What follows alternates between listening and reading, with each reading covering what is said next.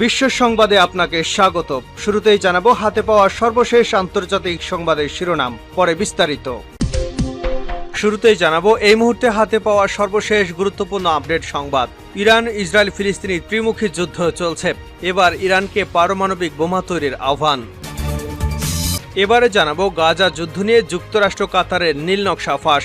এ বিষয়ে থাকছে বিস্তারিত প্রতিবেদন, ভিডিওটি না টেনে দেখতে থাকুন।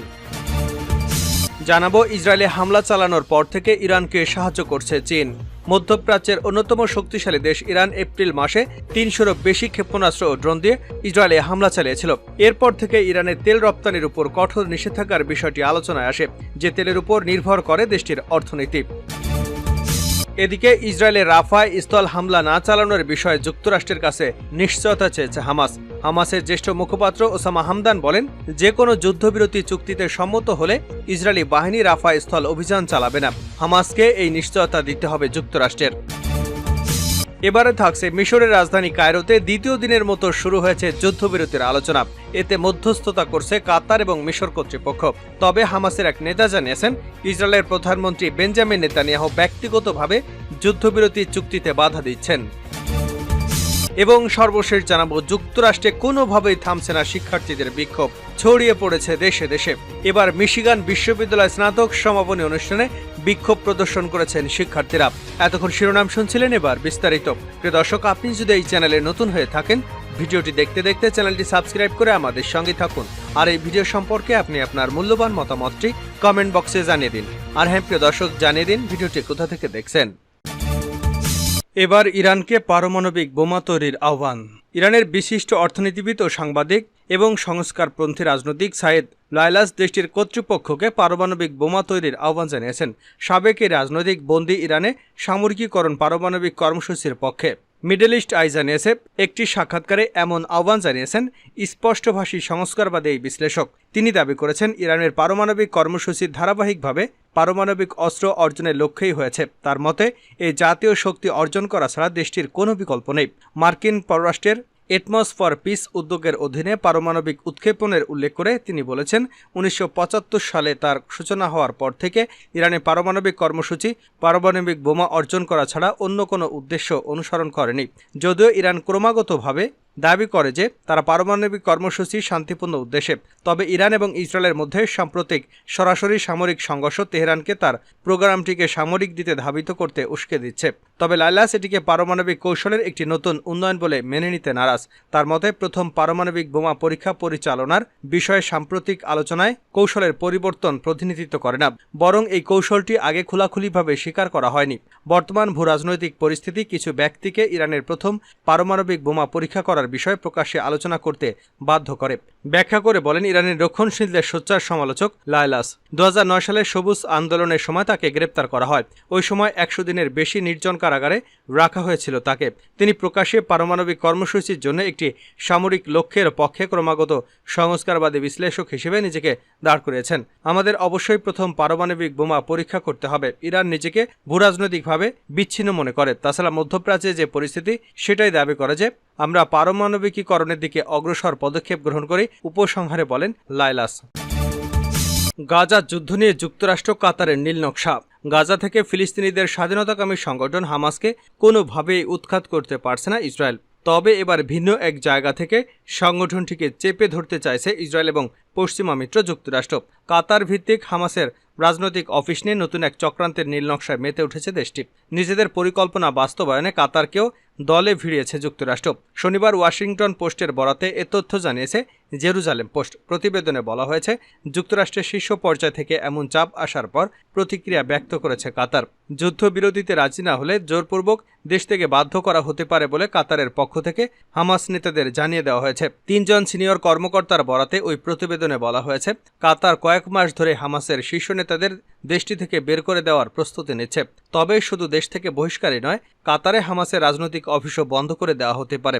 কাতার সরকারের এমন পরিকল্পনা সম্পর্কে অবগত একজন কর্মকর্তা এ তথ্য জানিয়েছেন। বিগত বছরগুলোতে ইসরায়েল ও হামাসের মধ্যে সংঘাতে কাতারকে মধ্যস্থতা করতে দেখা গেছে। তবে গাজায় ইসরায়েলের সাম্প্রতিক আগ্রাসনে কাতার অনেকটাই নিষ্পৃহ ভূমিকা বজায় রেখেছে। গেল মাসে কাতার জানায় তারা ইসরায়েল ও হামাসের মধ্যে এই পরোক্ষ আলোচনায় মধ্যস্থতার ভূমিকা থেকে সরে আসতে পারে। রাজনীতিকরা নিজেদের ফায়দা লাভের আশায় কাতারের ভূমিকাকে খাটো করে দেখছে, এমন উদ্বেগ জানিয়ে নিজেদের অবস্থান পুনর্বিবেচনা করার কথা জানায় দোহা। নাম প্রকাশে অনিচ্ছুক একজন কর্মকর্তা বলেন, কাতার যদি মধ্যস্থতার ভূমিকা থেকে সরে আসে তাহলে হামাসের রাজনৈতিক অফিস দেশটিতে রাখার কোনো মানে হয় না।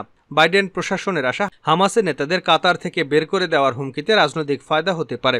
তবে ওয়াশিংটন পোস্টকে বিশ্লেষকরা বলেছেন এতে আলোচনার প্রক্রিয়া আরও জটিল হবে, কেননা দোহায় হামাসের অফিস থাকা না থাকায় কিছু যায় আসে না, কারণ গাজায় বসে তারা সিদ্ধান্ত নিচ্ছেন। তাদের কাছে হামাসের অফিস কোথায় থাকবে সেটাও কোনো মুখ্য বিষয় নয়। ঠিক একই ধরনের আশঙ্কা প্রকাশ করেছে কাতারের সাবেক মার্কিন রাষ্ট্রদূত প্যাট্রিক থিওরস। তার বিশ্বাস, কাতার থেকে হামাসদের বের করে দেওয়া হোয়াইট হাউসের জন্য একটি দুঃস্বপ্ন হবে। এর ফলে ভবিষ্যতে আলোচনার রাস্তাও বন্ধ হয়ে যাবে। এদিকে যুদ্ধবিরতির ব্যাপারে হামাসের চেয়ে ইসরায়েল এবং যুক্তরাষ্ট্রের অনাগ্রহ বেশি বলে দাবি করেছে গ্রুপটির একজন শীর্ষ কর্মকর্তা হুসাম বাদরান। তার ভাষায়, যুদ্ধ বন্ধের ব্যাপারে আমাদের আগ্রহ বেশি। ইসরায়েলে হামলা চালানোর পর ইরানকে সাহায্য করছে চীন। মধ্যপ্রাচ্যের অন্যতম শক্তিশালী দেশ ইরান এপ্রিল মাসে ৩০০-ও বেশি ক্ষেপণাস্ত্র ও ড্রোন দিয়ে ইসরায়েলে হামলা চালিয়েছিল। এরপর থেকেই ইরানের তেল রপ্তানির উপর কঠোর নিষেধাজ্ঞার বিষয়টি আলোচনায় আসে, যে তেলের উপর নির্ভর করছে দেশটির অর্থনীতি। ইরান তাদের তেল রপ্তানির উপর নিষেধাজ্ঞা এড়িয়ে যেতে পেরেছে একটি কৌশলে। এক্ষেত্রে তেহরানের সবচেয়ে বড় ক্রেতা চীন তাদের সাহায্য করেছে। ইরানের মোট তেল রপ্তানির ৮০% যায় চীনে। ইউএস হাউস ফিনান্সিয়াল সার্ভিস কমিটির এক প্রতিবেদন অনুযায়ী প্রতিদিন ইরান প্রায় ১.৫ মিলিয়ন ব্যারেল তেল চীনে রপ্তানি করে থাকে। ইরানের সঙ্গে বাণিজ্যের যথেষ্ট ঝুঁকি আছে, বিশেষ করে যুক্তরাষ্ট্রের নানা নিষেধাজ্ঞা মোকাবেলা করতে হয়। কিন্তু তারপরও বিশ্বের সবচেয়ে বড় ক্রেতা চীন কেন ইরান থেকে তেল কেনে? কারণটা খুবই সহজ। ইরানের তেল মানে ভালো এবং দামে সস্তা। নানা আন্তর্জাতিক সংঘর্ষের কারণে বিশ্বের তেলের দাম বেড়েই চলেছে, কিন্তু নিষেধাজ্ঞা থাকায় ইরান যেহেতু তাদের তেল বিক্রি করতে মরিয়া, তারা অন্যদের চেয়ে কম দামে অফার করে থাকে। ২০২৩ সালের প্রথম ৯ মাসে চীন অন্তত $10 বিলিয়ন বাঁচিয়েছে ইরানের। অপরিশোধিত তেলের যে বৈশ্বিক মানদণ্ড তা পরিবর্তিত হয়, তবে সাধারণত প্রতি ব্যারেল $90 নিচে থাকে। এ বিষয়ে ডেটা অ্যানালিটিক্স ফার্ম KPLR এর সিনিয়র অ্যানালিস্ট হুমায়ুন ফালাকশাহী বলেন, ইরান তাদের ক্রুড তেল ব্যারেল প্রতি $5 কমে বিক্রি করে। গত বছর ব্যারেল প্রতি যেটার দাম সর্বোচ্চ $13 পর্যন্ত কমিয়ে দেওয়া হয়েছিল। পুরো বিষয়টির ভূরাজনৈতিক দিক আছে বলে মনে করেন ফালাকশাহী, কারণ চীন ও যুক্তরাষ্ট্রের মধ্যে যে বিরাট খেলা চলছে, ইরান তার একটা অংশ। ইরানের অর্থনীতিকে সহায়তার মাধ্যমে চীন মধ্যপ্রাচ্যে যুক্তরাষ্ট্রের সামনে একটা ভূরাজনৈতিক এবং সামরিক চ্যালেঞ্জ ছুড়ে দিচ্ছে, বিশেষ করে যখন ইসরায়েলের সঙ্গে উত্তেজনা চলমান।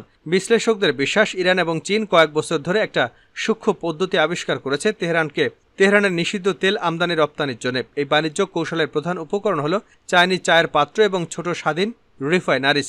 এই ছোট রিফাইনারিজগুলোতে চীনের জন্য কম ঝুঁকি থাকে, কারণ রাষ্ট্র নিয়ন্ত্রিত কোম্পানিগুলো আন্তর্জাতিকভাবে পরিচালিত হয়ে থাকে এবং এতে ইউএস ফিনান্সিয়াল সিস্টেমে প্রবেশাধিকার থাকে। ছোট প্রাইভেট রিফাইনারিগুলো দেশের বাইরে চালিত হয় না, ডলারেও লেনদেন হয় না এবং বিদেশি ফান্ডিংয়ের দরকার পড়ে না।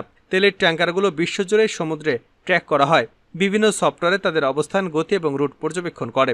তাই ট্র্যাকিং এড়ানোর জন্য ইরান এবং চীন একটা অস্পষ্ট মালিকানা ধরনের ট্যাঙ্কার্স নেটওয়ার্ক ব্যবহার করে, যেটা সঠিক অবস্থান দেখায় না। তারা খুব সহজেই পশ্চিমা ট্যাঙ্কার্স, নানা শিপিং সার্ভিস সম্পূর্ণভাবে এড়িয়ে যেতে পারে, ফলে তাদের পশ্চিমা নীতি নিষেধাজ্ঞার মধ্যে পড়তে হয় না।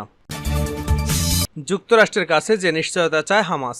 ইসরায়েলের রাফা স্থল হামলা না চালানোর বিষয়ে যুক্তরাষ্ট্রের কাছে নিশ্চয়তা চেয়েছে হামাস। হামাসের জ্যেষ্ঠ মুখপাত্র ওসামা হামদান বলেন, যে কোনো যুদ্ধবিরতির চুক্তিতে সম্মত হলে ইসরায়েলি বাহিনী রাফা স্থল হামলা চালাবে না।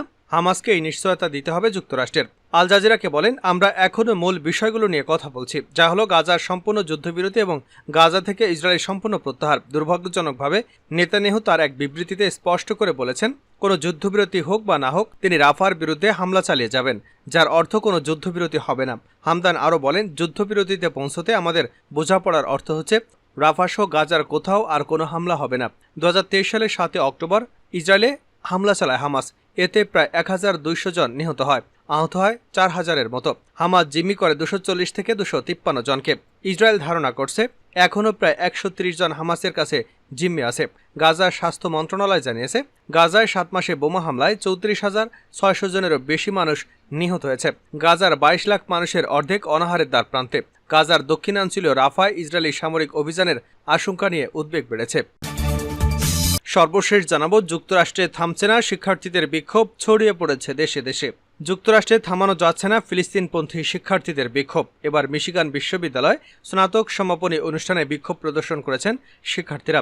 অ্যান আরবর স্টেডিয়ামে আয়োজিত অনুষ্ঠানের মঞ্চের সামনে বিক্ষোভ করেন ফিলিস্তিনপন্থীরা। অনুষ্ঠানে কয়েক ডজন শিক্ষার্থীর মাথায় ঐতিহ্যবাহী কেফিয়ে আর স্নাতক টুপি পরে প্লাকার্ড এবং ফিলিস্তিনিদের পতাকা হাতে মঞ্চের সামনে দিয়ে হেঁটে যান।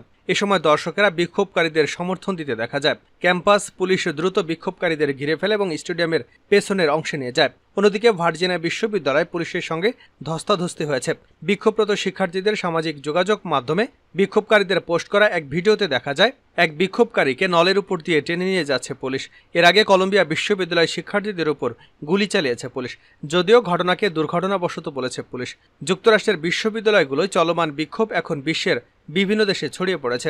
এরই মধ্যে ফ্রান্স, যুক্তরাজ্য, Italy, Australia, Canada, Japan, Bharat, Lebanon, Germany, Switzerland, Ireland, মেক্সিকোতেও ফিলিস্তিনিদের অধিকারের পক্ষে আওয়াজ তুলেছেন শিক্ষার্থীরা।